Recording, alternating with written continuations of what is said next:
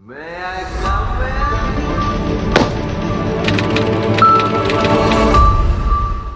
Hi friends, ಈ ವಿಡಿಯೋದಲ್ಲಿ ಯಾವುದ್ರ ಬಗ್ಗೆ ನೋಡ್ತೀವಿ ಅಂದರೆ ಒಂದು ಟ್ರಾನ್ಸ್ಫಾರ್ಮರ್ನ ನೇಮ್ ಪ್ಲೇಟ್ನಲ್ಲಿ ಏನೇನು ಇರಬೇಕು ಅಂತ ಈ ವಿಡಿಯೋದಲ್ಲಿ ಫುಲ್ ಕಂಪ್ಲೀಟಾಗಿ ಎಕ್ಸ್ಪ್ಲೇನ್ ಮಾಡ್ತೀನಿ. ಸೊ ಈ ವಿಡಿಯೋವನ್ನು ಸ್ಕಿಪ್ ಮಾಡಿದ್ರೆ ಲಾಸ್ಟ್ ಗಂಟೆ ಕಂಟಿನ್ಯೂಸ್ ಆಗಿ ನೋಡಿ ಫ್ರೆಂಡ್ಸ್, ಆಗ ಮಾತ್ರ ಚೆನ್ನಾಗಿ ಅರ್ಥ ಆಗುತ್ತೆ, ಇಂಟ್ರೆಸ್ಟಿಂಗ್ ಆಗಿರುತ್ತೆ.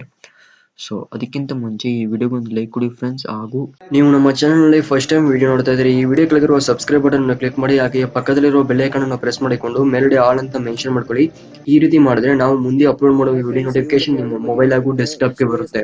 ಸೊ ನಮ್ಮ ಇಂಡಿಯಾದಲ್ಲಿ ಒಂದು ಟ್ರಾನ್ಸ್ಫಾರ್ಮರ್ನ ಡಿಸೈನ್ ಮಾಡಬೇಕು ಅಂದರೆ ಇಷ್ಟೇ ರೇಟಿಂಗ್ಲಿ ಡಿಸೈನ್ ಮಾಡಬೇಕು ಅಂತ bureau of Indian standard act 2026ನ ಪ್ರಕಾರ ಒಂದು ಟ್ರಾನ್ಸ್ಫಾರ್ಮರ್ನ ಎಷ್ಟೇ ರೇಟಿಂಗ್ಲಿ ಡಿಸೈನ್ ಮಾಡಬೇಕು ಅಂತ ಹೇಳಿರ್ತಾರೆ. ಸೊ ಎಷ್ಟು ರೇಟಿಂಗ್ ಅಂದರೆ 6.3, 10 KVA, 16 KVA, 25 KVA, 40 KVA, 63 KVA, 100 KVA, 160 KVA, 250 KVA, 400 KVA, 630 KVA, 1000 KVA ಗಿಂತ ಮೇಲ್ಗಡೆ ಇರುತ್ತೆ ಖಂಡಿತವಾಗ್ಲು.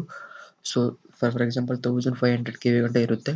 ಸೊ ಇಷ್ಟು ಟ್ರಾನ್ಸ್ಫಾರ್ಮರ್ನ ಡಿಸೈನ್ ಮಾಡಬೇಕು ಅಂತ ಬ್ಯೂರೋ ಆಫ್ ಇಂಡಿಯನ್ ಸ್ಟ್ಯಾಂಡರ್ಡ್ 2026ನ ಪ್ರಕಾರ ಹೇಳಿರ್ತಾರೆ ಫ್ರೆಂಡ್ಸ್.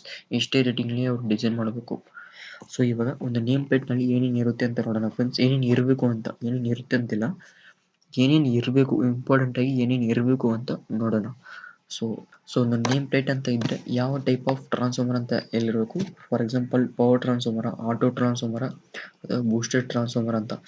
ಆಟೋ ಟ್ರಾನ್ಸ್ಫಾರ್ಮರ್ ನೀವು ಆಲ್ಮೋಸ್ಟ್ ನೋಡಿರ್ಬೋದು, ಸ್ಟೂಡೆಂಟ್ಗಳಾಗಿದ್ದರೆ ಲ್ಯಾಬ್ನಲ್ಲಿ ನೋಡಿರ್ತೀರಿ.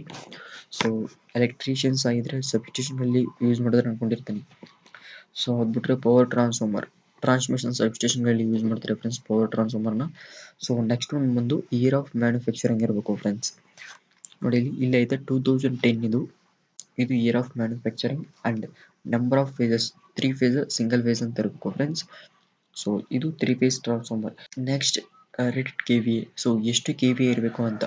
For example 63 and 25, 40, 100 KVA, 160 KVA, 250 KVA ಆ ರೀತಿ ಇರಬೇಕು. ಸೊ KVA ಅಂತ ಅಲ್ಲೇ ಹಾಕಿರ್ತಾರೆ 100 KVA friends. So rated frequency ನಮ್ಮ ಇಂಡಿಯಾದಲ್ಲಿ 50 ಹರ್ಟ್ಜ್ ಅಷ್ಟೇ ಫ್ರೆಂಡ್ಸ್, ಇನ್ನೇನಿಲ್ಲ. ಅದು ಬಿಟ್ಟರೆ 60 ಇದೆ. So rated frequency 50 hertz. ಮತ್ತು so rated voltage of each winding, ಒಂದು ವೈಂಡಿಂಗು ಎಷ್ಟೆಷ್ಟು ವೋಲ್ಟೇಜ್ ಅಂತ ಅವರು ಮೆನ್ಷನ್ ಮಾಡಿರಬೇಕು. ಮತ್ತು ಕನೆಕ್ಷನ್ ಸಿಂಬಲ್. ಸೊ ಇಲ್ಲಿ ವೆಕ್ಟರ್ ಸಿಂಬಲ್ ಅಂತ ಹಾಕಿದರೆ ಕನೆಕ್ಷನ್ ಸಿಂಬಲ್ ಕೆಳಗಡೆ ಕೊಟ್ಟಿರ್ತಾರೆ ಈ ರೀತಿ. ಸೊ ವೆಕ್ಟರ್ ಸಿಂಬಲ್ ಅಂದರೂ ಕೂಡ ಒಂದೇ. ಸೊ ಇಲ್ಲಿ DYN ಅನ್ನೋದು ಡೆಲ್ಟಾ ಸ್ಟಾರ್ ನ್ಯೂಟ್ರಲ್, 11 ಅನ್ನೋದು ಫೇಸ್ ಶಿಫ್ಟ್ ಅಂತ. ಸೊ ನೆಕ್ಸ್ಟ್ ಒಂದು ಬಂದು percentage impedance voltage at rated current ಅಂತ. ಸೊ ಇಂಪಿಡೆನ್ಸ್ ಖಂಡಿತವಾಗ್ಲೂ ಇದ್ದೇ ಇರಬೇಕು. ರಿಯಾಕ್ಟೆನ್ಸ್ ಮತ್ತು ರೆಸಿಸ್ಟೆನ್ಸ್ ಲಾಸಸ್, ಸೊ ಅದನ್ನೇ ಇಂಪಿಡೆನ್ಸ್ ಅಂತ ಕರಿತೀವಿ. ಇದು ಪರ್ಸೆಂಟೇಜ್ ಕೊಟ್ಟಿರ್ತಾರೆ 4% ಇಂಪಿಡೆನ್ಸ್ ಐತೆ ಫ್ರೆಂಡ್ಸ್. ಸೊ ಮತ್ತೆ ಟೈಪ್ಸ್ ಆಫ್ ಕೂಲಿಂಗ್. ಸೊ ಯಾವ ಟೈಪ್ ಕೂಲಿಂಗ್ ಅಂತ ಸೊ ಒಂದು ಟ್ರಾನ್ಸ್ಫಾರ್ಮರ್ನ ಕನ್ಸಿಡರ್ ಮಾಡಿದ್ರೆ ಅದಕ್ಕೆ ಕೂಲಿಂಗ್ ಅಂತೂ ಖಂಡಿತವಾಗ್ಲೂ ಇದ್ದೇ ಇರಬೇಕು. ಸೊ ಅದು ಯಾವ ಟೈಪ್ ಆಫ್ ಕೂಲಿಂಗ್ ಅಂತ ಅವ್ರು ಮೆನ್ಷನ್ ಮಾಡಿರಬೇಕು ಫ್ರೆಂಡ್ಸ್. ಇಲ್ಲಾಂದರೆ